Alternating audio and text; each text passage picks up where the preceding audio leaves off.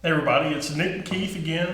Really just wanted to come to kind of talk to you guys today a little bit about probably one of Keith's passion projects, I guess, or talks is, really interest rates and bond market and those other things. And just because it's changed a lot, and it's something that I think a lot of people are still trying to grasp the severity and or the impact it may have on them. Yeah. Well, I think a lot of stock investors, who cares about bonds or who cares about what the Treasury's doing, and like they somehow don't coexist, and they very much coexist. And before I came into this meeting, I looked at the 10-year Treasury and the 3-year, and the 10-year Treasury, where people would put their stored money that is very important to them, the most sacred, so to speak. So tying up money for 10 years in a described as a riskless bond is paying 0.75% now, not 7.5, 0.75 to tie it for 10 years. The reason I think that's so critical for investors to know is because it's a frame of reference of what many governments, what many savvy investors perceive the risk to be. I think it's overlooked. Also, I do think we hear that number and it's just it gets lost a little bit in translation of what that implies.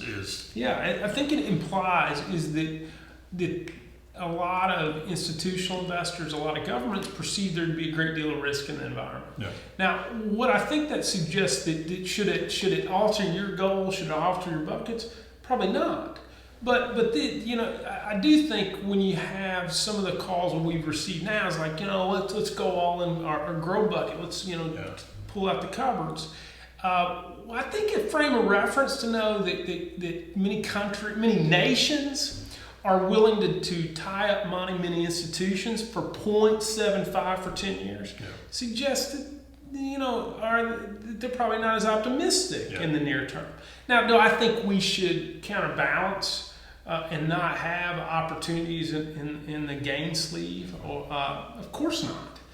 But I do think it's a reference point. And I think to not understand that the Treasury, that the T-bill was in 2.5%. So if you look at this time last year, I think the Treasury, the T-bill, 3 months time money up was close to in the low twos, and now it's 0.15. Well, and I think they were projecting to be in the 4s and 5s based on the market sentiment and economic outlook at that point in time.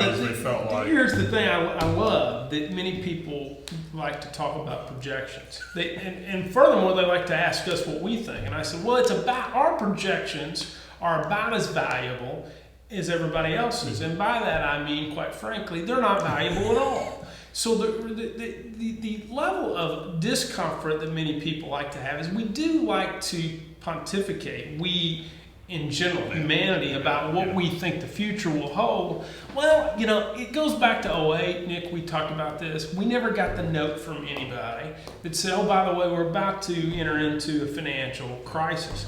We certainly didn't get the pandemic note. That didn't really even come. And I think right now it just validates and affirms the necessity to use buckets. Because anybody can say, I really felt like the market was going to go up. I always love that one. You felt like it, you just probably didn't do anything with it, right? Feelings can be really evasive. But I think a reference point of where the riskless rate are, where interest rates are suggestive of the temperament and maybe global economic concern that's still out there today. I think so. I think I think the risk of that associated for investors right now is to be tempted to, since it is so low, to go do something to add risk. To chase returns. And I think that goes back to our GPS narrative that we talk so much to clients about is, what is your intention? Is it to get big returns? Well, if it is, that's probably a risky play right now. And not only that is, can you repeat it? That's it. It's one thing to hit a free throw 1 out of 10. It's a whole different one to hit them 7 or 8 out of 10. And that's what I think many investors can point to, the folks that are day traders. And that's one you hear about. But the consistency behind buckets is really about saying, hey, I want to cut the guesswork out.